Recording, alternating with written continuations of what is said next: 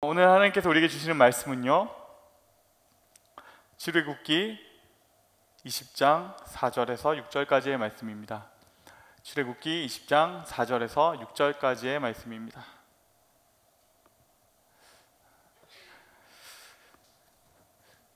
제가 먼저 읽고 여러분 함께 읽고 그리고 마지막 절 함께 읽도록 하겠습니다.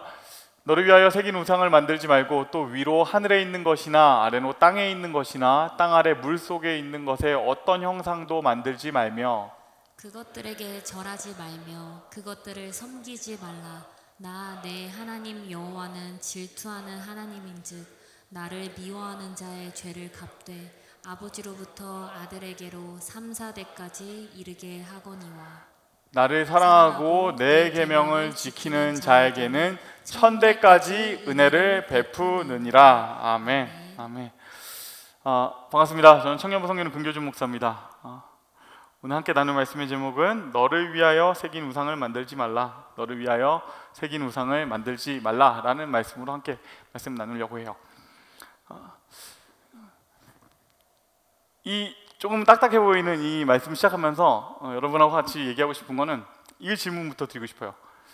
여러분 혹시 너무너무 가지고 싶은 거, 너무너무 가지고 싶던 그런 거 있어 본 적 있으세요? 자꾸 막 생각 계속 나고 꿈에서도 나오고 막 이런 거. 저는요 있습니다. 사진을 보여주시면요, 저의 그것은 바로 이거예요. 레고예요. 초등학교 4학년이었어요. 저건 이름이 뭐냐면 로저 선장의 해적선이라는 레고고요. 93년도에 출시된 레고입니다. 이게 어떻게 만나게 됐냐면 엄마 따라가지고 백화점에 갔다가 딱 마주하게 됐어요. 근데 그걸 딱 본 순간에 저 배가 내 마음속에 들어왔어요. 내 마음속에 그날 그냥 바로 정박을 해버렸고, 저는 그날부터 그래서 어머니한테 아주 정중하게 요청을 하기 시작했습니다. 어머니, 저에게는 그 배가 꼭 필요합니다. 이 배는 한 아이의 인생에서 아주 중요한 부분이니까 심각하게 고려해 주세요. 저 배를 제가 가지게 됐을 때에는 저의 학업 성취도와 그리고 가정생활에 있어 저는 극적인 향상을 보여줄 수 있을 것 같습니다. 하지만 저 배를 가지지 못하는 그 순간에 저는 이 집에서 어떠한 좋은 모습도 보여드릴 수 없음을 약속드립니다. 발을 구르며 누워서 얘기를 하긴 했지만 내용은 정확히 이거였어요. 이렇게 내용을 전달을 했어요. 제 생각에는요, 엄마도 그거 되게 사주시고 싶었을 것 같아요. 딸 가져보니까 알겠어요. 엄마도 되게 사주고 싶었을 것 같은데 문제는 가격이에요. 이게 93년도 출시했던 그 당시로 쳐도 12만 원 정도 되는 가격이었고요. 지금은 살펴보니까 한 75만 원 정도의 거래가 되고 있더라고요. 그러니까 초등학교 4학년한테 선물로 사주기는 꽤 부담되는 그런 가격. 이걸 딱 이렇게 제가 때가 아니죠. 이렇게 요청을 드리고 어머니께서 뭐라고 하셨을까요? 놀랍게도 어머니가요, 예스, 오케이 하셨어요. 그래 사줄게. 그리고 그냥 한 것이 아니라 딜을 거세요. 뭐라고 하셨냐?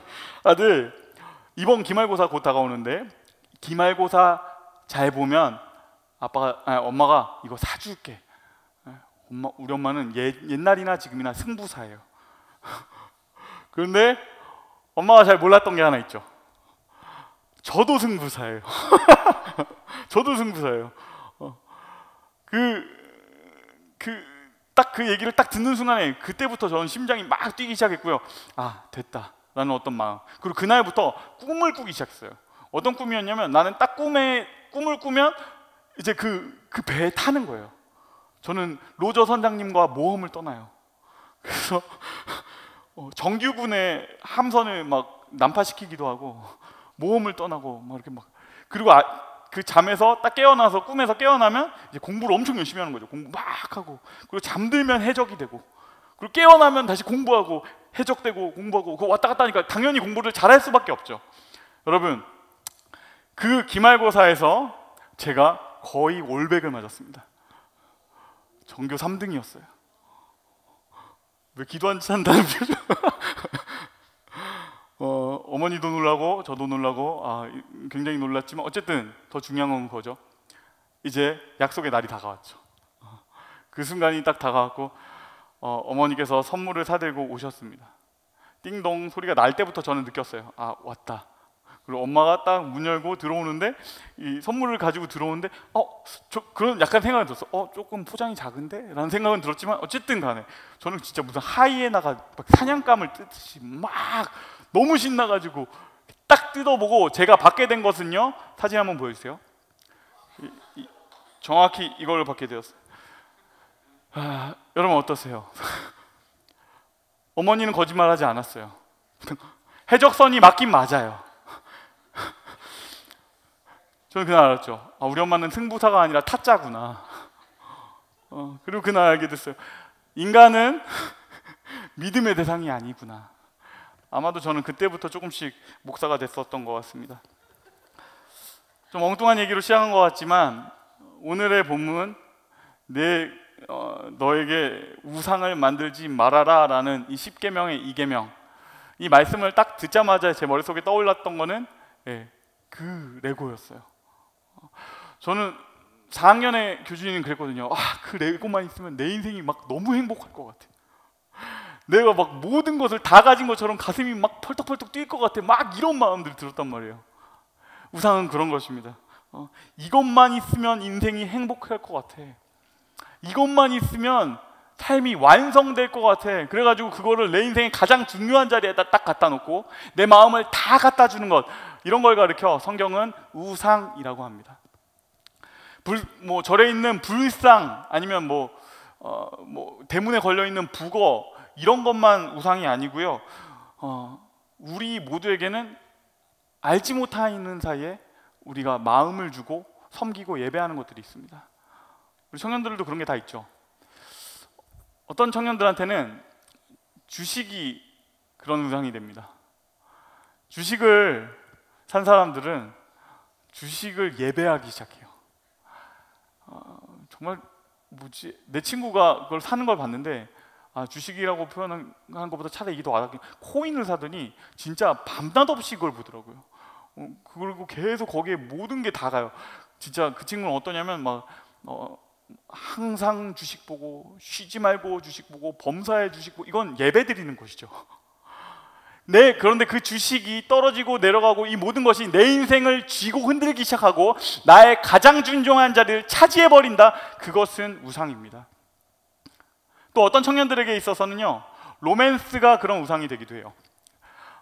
어떤 청년들은 계속해서 그런 걸 듣게 되는 거죠. 우리 대중매체에서 다 보는 거 아닙니까? 드라마에서, 영화에서 계속 은연중에 계속 해주는 말들이 있어요. 너의 인생의 그녀, 너의 인생의 그놈, 그를 만나면 앞으로의 모든 것이, 인생이 부족했던 그 부분이 채워질 것 같은 그런 판타지들을 계속해서 얘기를 해주죠. 그러니까 우리는 생각하게 되는 것이죠. 진짜 연애를 할 수 있으면 너무 내 인생이 행복해질 텐데, 그 친구와 사귈 수 있으면 내 인생이 완전 잘 풀릴 텐데, 그런 생각을 하게 되고 나중에 가서 그 로맨스가 내 인생을 막 쥐고 흔들기 시작한다면 막 이렇게 된다. 이게 뭐였죠? 왜 이렇게 익숙하지? 그렇게 되는 순간에 그것은 우상이 됩니다. 그거 말고도 여러 가지가 있습니다. 어떤 청년들에게는 커리어가 우상이 됩니다.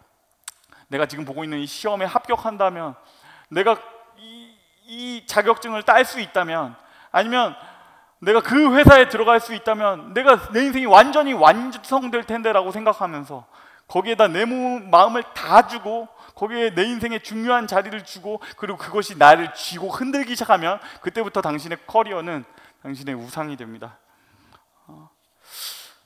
아니면 대놓고 우상이라는 이름을 가진 존재들도 있죠. 영어로 우상은 아이돌 아닙니까? 보이그룹, 걸그룹. 제가 보이그룹, 걸그룹 음악을 듣지 말라고 하는 얘기 아닙니다. 그게 나쁜다라는 것이 아니에요. 그것이 내 인생을 쥐고 흔들기 시작하면 그것이 우상이라는 것입니다. 그보다 훨씬 더 작은 것들도 있죠. 내가 가지고 있는 나의 핸드폰, 스마트폰이 우상이 될 때도 있고, 아니면 내가 진짜로 사고 싶은 그 오토바이가 우상이 될 수도 있고, 아니면 그 집이 우상이 될 수도 있고, 모든 것이 그게 뭐든 간에 상관없습니다.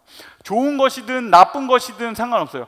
그것이 내 인생의 가장 중요한 자리를 차지하고, 그리고 그것이 내 인생을 쥐고 흔들기 시작할 때, 그래서 내 인생에 하나님이 놓여야 될 그 자리에 그것을 올려놨을 때 그것은 우상이 됩니다.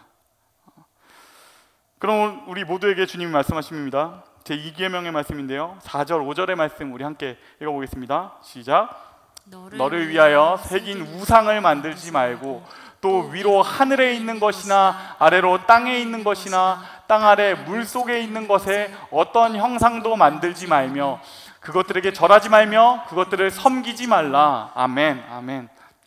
우상을 만들지 말아라. 절하고 섬기지 말아라. 네 인생의 첫 번째 자리에 그것을 두지 말아라. 이것이 10계명 제2계명의 말씀입니다. 그런데요, 문제는 이게 쉽지 않다는 겁니다. 문제는 이게 쉽지가 않다라는 것이에요. 아까 우리가 얘기했던 것처럼 좀 우상에 대해서 1차원적인 관점으로 우리가 생각을 하게 된다면 그렇게 어렵지 않을 수 있죠. 우리 집에 난 너무 신상을 갖다 놓고 싶어 이런 애들 있잖아요. 그런 사람 아무도 없잖아요, 사실. 우리 집에다가 너무너무 어떤 부적을 크게 붙여놓고 싶은 사람, 이런 사람 사실 없죠. 여기 있는 사람들 대부분이 모태신앙인이니까요. 근데 우리가 방금 전에 들었던 것 같은 그런 우상의 새로운 정의, 내 인생의 첫 번째 되는 자리, 내 인생의 주인 되는 자리에 놓인 그것이 우상이다, 그리고 그것에 내 마음을 다 쏟는 것이 우상 숭배다 라는 것을 생각하게 된 순간부터는 이 문제가 쉽지 않아집니다. 모든 것이 우상이 될 수 있으니까요. 어떤 순간에는 우리가 나도 모르게 우상 숭배하게 되니까요. 그래서 우리는 우상에 대해서 조금 더 깊게 살펴볼 필요가 있습니다. 우리가 지난 시간에 배웠죠. 다 같이 배우는 우상, 이거에 대해서 우리는 두 가지를 살펴볼 건데요. 먼저 한번 이것부터 보시죠. 우상은 왜 만들었느냐? 그것은 불안해서 만든 겁니다. 저번 시간에 했던 얘기죠. 사람들은 우상을 불안해서 만듭니다. 처음에 우상이 생겨날 때 어떻게 해서 생겨나냐면요, 비가 안 올까봐 두려워져서 비의 신을 만들고, 아니면 전쟁에 내가 이기고 싶어서 전쟁의 신을 만들고, 그리고 그게 아니면 아이를 꼭 낳고 싶어서 아이를 낳지 못하면 어떡할까 좀 불안하니까 다산의 신을 만들고, 이런 식으로 해서 신을 만듭니다. 그러니까 결국은요, 우상은 조금 더 이것을 본질적으로 하나로 이렇게 응축해서 말한다면 결국에 우리의 인생이 행복하지 못할까봐, 우리의 인생이 평안하지 못할까봐 불안해서 만드는 것입니다. 우리가 보고 있는 우상들도 똑같아요.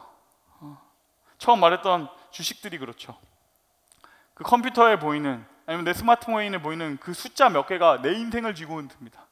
그리고 그거에다가 내 마음을 다 쏟는 이유는요, 그 숫자가 변하는 것이 나에게 어떤 행복과 평안함을 담보해 줄 것 같기 때문이에요.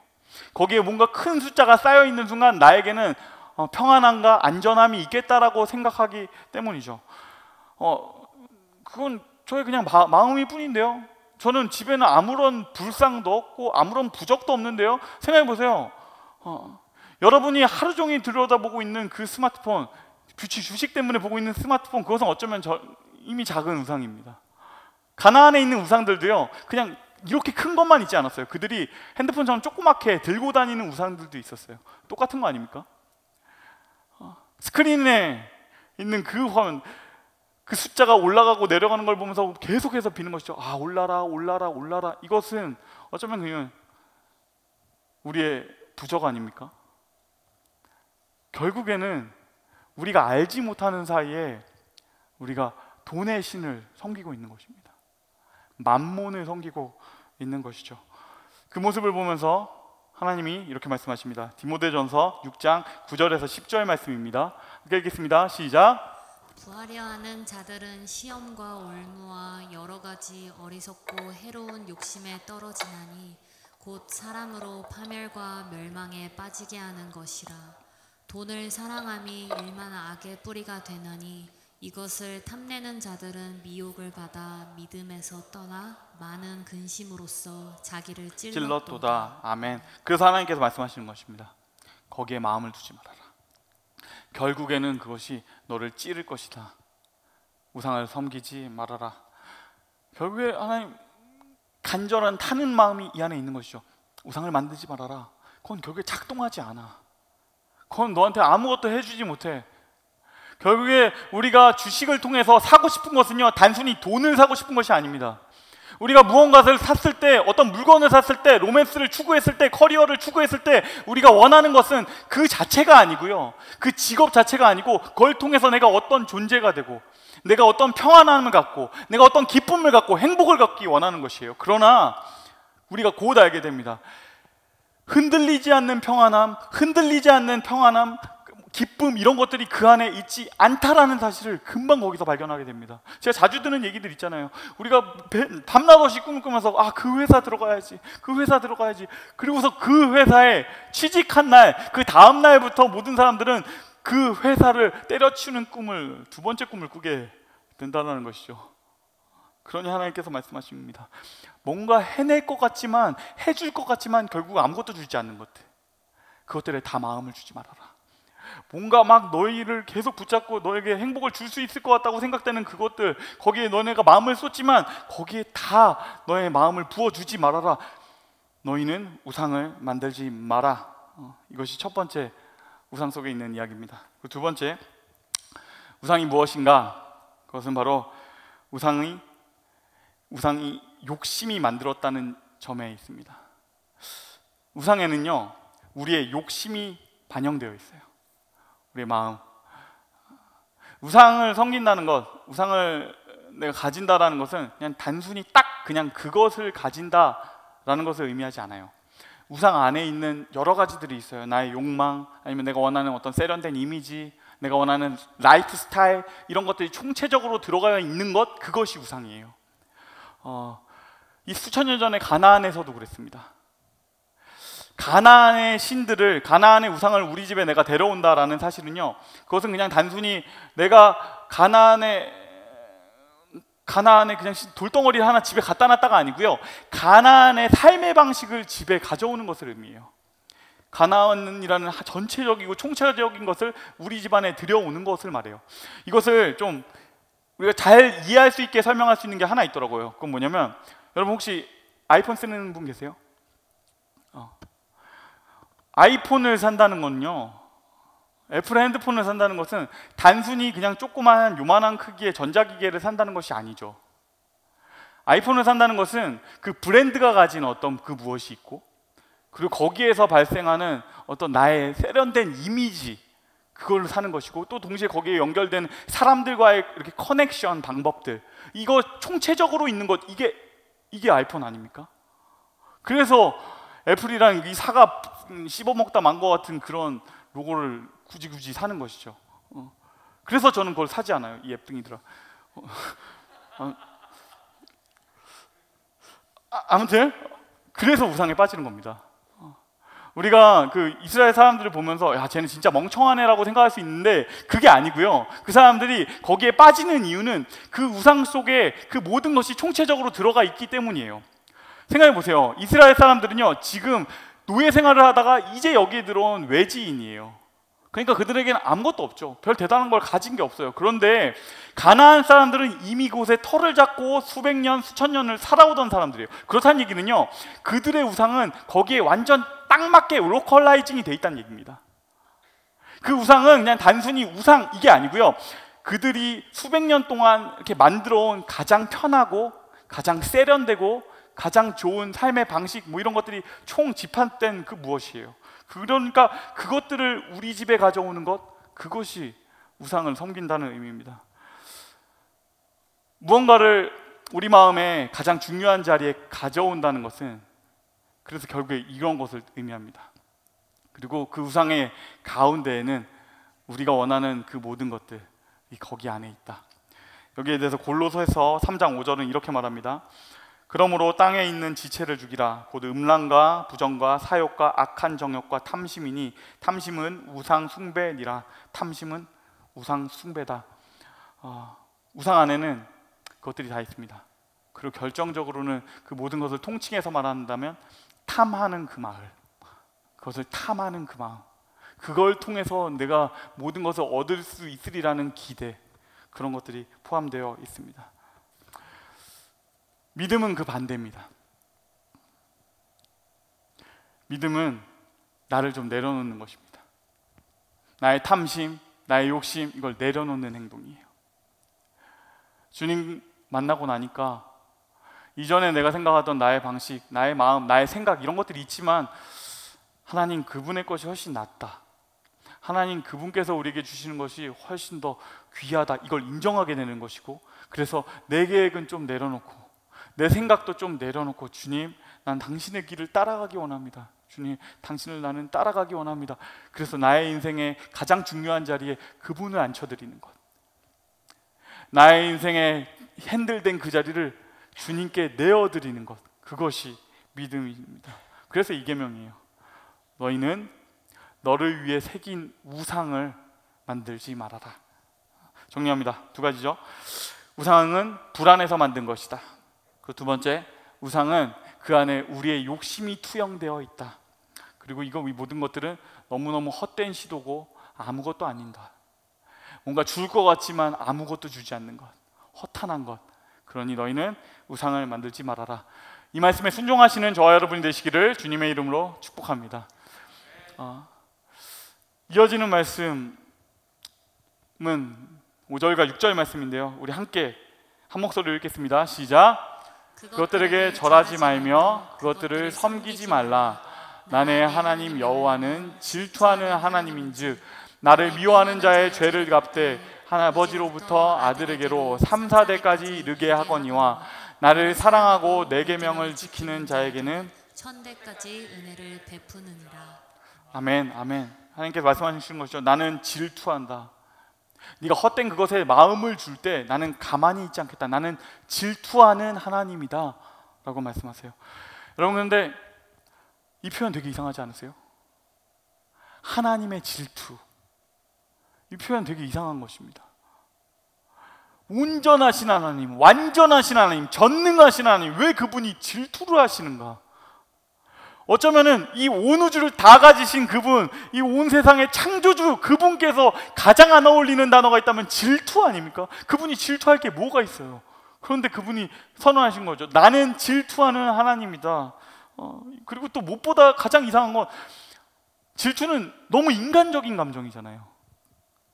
그래서 이 질투라는 건요, K-드라마의 아주 가장 주된 소재 중에 하나입니다. 아침 드라마 같은 데 보면요, 막 그런 장면들, 단골 멘트가 나올 때가 있죠. 막 질투에 이제 막 정신을 잃어버린 여자 주인공이 갑자기 이제 딱 앞에다가 그 남편이었던? 모르겠어요. 아무튼 그 남자 주인공을 앉혀놓고 말합니다. 현서, 그 아이 내 아이예요. 그리고 그 순간부터 둥둥 두두둥 따다다다다다 그러면서 막 모든 상황들이 막 휘몰아치기 시작하는 그런 것들이 막 일어나잖아요. 오늘 하나님의 선언도 어떤 면에선 그런 장면입니다. 지금까지의 모든 세상, 모든 이해를 다 뒤집어버리는 하나님 자신에 대한 소개예요. 나는 질투하는 하나님이다. 이 이상한 한마디 속에요, 앞에 서 있었던 우상과는 전혀 다른 하나님의 속성이 다 들어있어요. 나는 질투하는 하나님이다. 이 하나님의 질투에는 두 가지가 담겨져 있습니다. 두 가지. 첫 번째부터 봅시다. 앞서 우리는 우상의 속성을 말했죠. 우상은 불 안에서 만든 거다. 너의 욕심이 만든 거다. 그런데 그것들은 아무것도 해주지 못해요. 그런데 하나님 이렇게 말씀하십니다. 우리 하얀색 글씨 한번 함께 읽어보겠습니다. 시작. 나는 반응하는 하나님이다. 하나님 이렇게 말씀하세요. 질투한다 라는 말 속에 이것이 담겨 있어요. 나는 반응하는 하나님이야. 나는 개입하는 하나님이야. 나는 질투한다 라는 이 말에는요, 하나님이 개입하시겠다, 나는 그냥 네가 떠나가는 그것을 내버려 두지 않겠다라는 말이에요. 나는 그것을 그냥 두고 볼 수가 없다. 질투는요, 사랑하는 내 연인의 배신을 그냥 볼 수 없는 마음입니다. 질투는 움직이게 만들어요. 질투는 관계를 회복하려는 어떤 에너지이고 힘입니다. 그래서 하나님께서 이렇게 질투하신다, 왜 그렇게 할 수밖에 없느냐, 그건 뭐냐면요, 하나님 그분이 진짜거든요.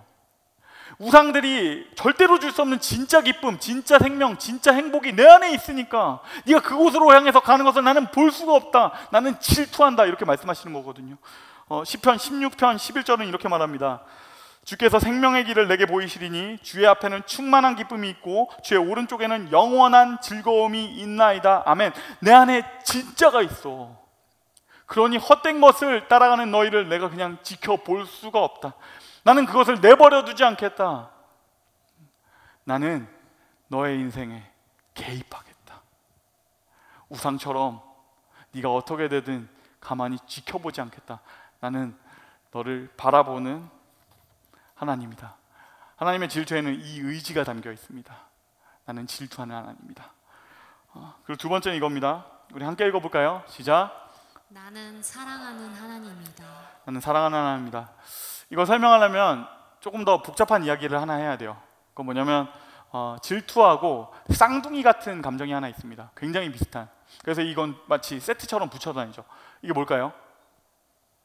질투, 그리고 이건 뭘까? 다 복화술을 막 하시는데요. 시기, 그렇죠?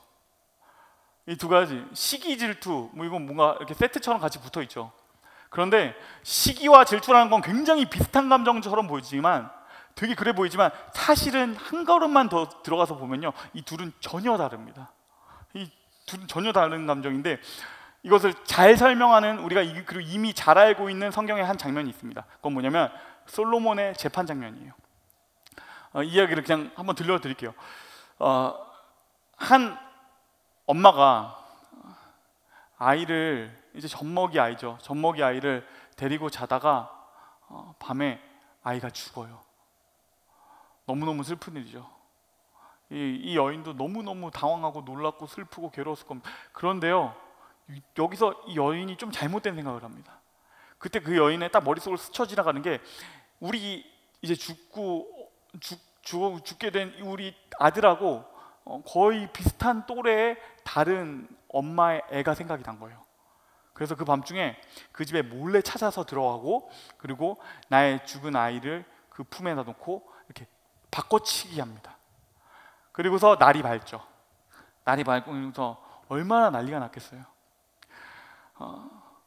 엄마가 자기 품에서 죽은 아이가 있는 걸 보았을 때 얼마나 그렇게 깜짝 놀라서 소리를 지르고, 근데 자세히 보니까 자기 애가 아닌 거예요. 옆집 그 애인 거예요. 엄마가 자기 자식을 못 알아볼 수가 없잖아요. 그래서 바로 아이를 데리고 깜짝 놀라서 막 뛰어갑니다. 아니, 우리 아이, 그 딱 가서 보니까, 딱 얘기를 하려고 보니까 그 여자가 자기 아이를 딱 안고 있어요. 그래서 아니, 왜 그 아이가 거기 있어요? 여기 당신의 아이가 죽었어요. 딱 얘기를 하려고 하는데, 무슨 소리예요?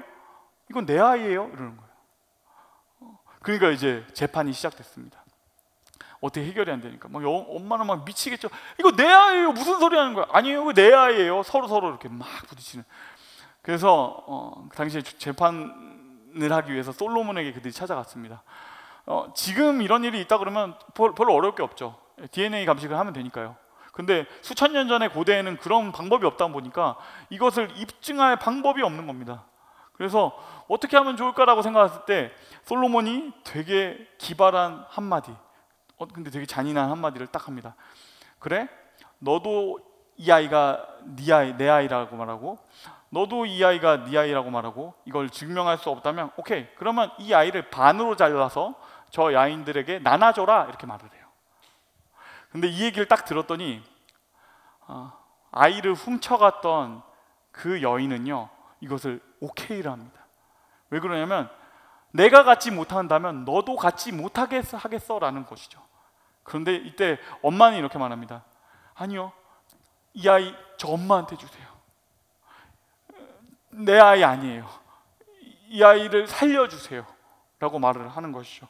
이 장면에서 우리는 시기와 질투의 결정적인 차이를 알 수 있게 돼요.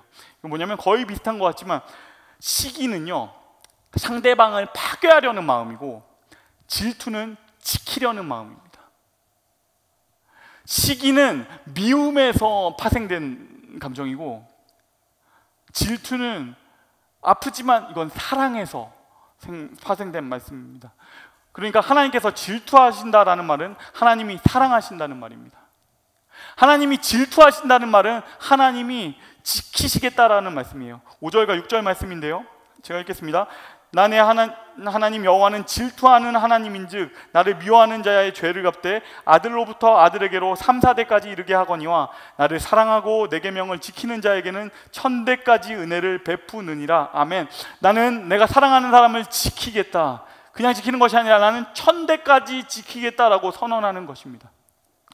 사람들은 여기에서 3, 4대의 이 저주에 집중하게 되지만 이 구절의 핵심은 뒤쪽에 있습니다. 왜냐면요, 3, 4대의 저주, 이 3, 4대라는 시간은요, 그냥 악인이요, 한 악인이 그냥 살아있는 동안에 영향을 주는 시간이에요. 뭔가 결혼이 빨랐던 고대에는 보통 건강한 한 사람이 그냥 가만히 살아서 있는 것만으로 보통은 3, 4대를 보게 됩니다. 그러니까 한 악인이 살아간다는 것은 그가 그냥 그를 내버려 두는 것만으로도 3, 4대는 고통을 받게 되는 그런 시간이에요. 그런데요, 1000대의 축복은 달라요. 1000대의 축복은 그냥 자연스럽게 흘러가는 것이 아닙니다. 그것은 개입이 필요한 것이에요. 그것에는 하나님의 쏟아붓는 은혜가 필요한 것이에요. 그러니까 오늘 이 말씀은요, 하나님께서 저주하신다 이 부분에 집중하는 것이 아니라 그분은 우리를 사랑하신다. 그분의 속성은 사랑이다. 심판은 제한적이고 은혜는 무한하다. 그분은 사랑하시는 하나님이다. 하나님께서 우리 이렇게 말씀하시는 것입니다. 우리 오늘 십계명을 같이 봤습니다. 여기에 여러 가지가 있지만 결국에 담겨있는 이것, 하나님의 질투할 때까지 우리를 놓지 않으시는 사랑, 이것이 오늘 이 2계명 가운데 담겨 있습니다. 말씀 맺겠습니다.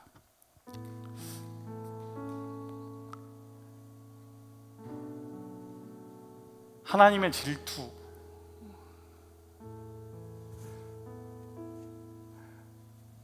나는 너희를 놓을 수가 없다. 나는 네가 헛된 데다 그 마음을 주는 것을 나는 그냥 둘 수가 없다. 그 마음 아무것도 돌려주지 않는 그 우상에게 주지 말고 나에게 주련. 그 마음 오롯하게 나에게 주지 않겠니? 나는 너를 1000대까지 지키기 원한다. 나는 질투하는 하나님이다. 이 하나님의 질투. 여러분, 그 질투의 대상이 이스라엘 백성이라는 사실에 집중했으면 좋겠습니다. 하나도 사랑스럽지 않은 민족이에요. 수백만 명의 노예고요, 수백만 명의 못 배운 사람들이고, 수백만 명의 가진 거 없는 사람들이고요. 그냥 그렇고 많은 거라면 사랑스러울 수도 있겠죠. 아니요, 상처가 너무 많아서 모가 잔뜩 나 있는 사람들, 아픔이 너무 많아서 화도 많은 사람들, 고통이 많아서 너무너무 무례한 사람들, 200만 명의 이 노예들. 하나님이 나는 너를 너무너무 아낀다. 나의 질투가 그들을 향한다. 그들이 그렇게 하는 꼴을 나는 볼 수가 없다라고 하나님께서 말씀하시는 것입니다. 그들을 향한 너무너무 절절한 이 사랑, 이 질투. 그래서 오늘 이 말씀이 우리를 향한 말씀이 됩니다. 우리도 그렇지 않습니까? 우리가 사랑받을 만한 데가 있어서 사랑받을 만한 사람입니까? 우리가 굉장히 무언가를 가진 게 많아서 사랑받을 만한 사람입니까? 근데 그런 것과 전혀 상관없이 하나님께서 말씀하시는 것이죠. 나는 너를 그냥 사랑했다. 그냥 사랑하는 걸 넘어서 나는 질투하기까지 너를 사랑한다. 다른 사람들은 너를 아무런 가치 없다고 말하겠지만 내가 보는 너는 다르다. 다른 어떤 이들이 나에게서 너를 빼앗아 가는 것을 나는 참을 수가 없다. 나는 질투한다. 난 너를 지켜야겠다. 나는 너를 붙잡아야겠다. 이렇게 절절하게 고백하시는 하나님의 사랑의 고백, 그것이 오늘 십계명 2계명에 담겨 있는 것입니다. 사랑하는 여러분, 이 사랑이, 이 2계명 속에 담겨 있는 이 사랑이 오늘 우리를 향한 것이 되기를 원합니다. 그래서 우리도 고백하기 원합니다. 주님께서 나를 이만큼 사랑해 주셔서 나도 작은 나의 사랑을 드립니다. 내 마음 자꾸 우상에 휘둘리고 눈이 돌아가고 내 마음 여기저기 나눠줄 때도 많지만 주님, 이거 내려놓고 나의 마음 오롯이 주님께 드리기 원합니다. 주님 날 사랑해 주셔서 너무 감사합니다. 이 감사의 고백을 할 수 있는 저와 여러분이 되시기를 주님의 이름으로 축복합니다.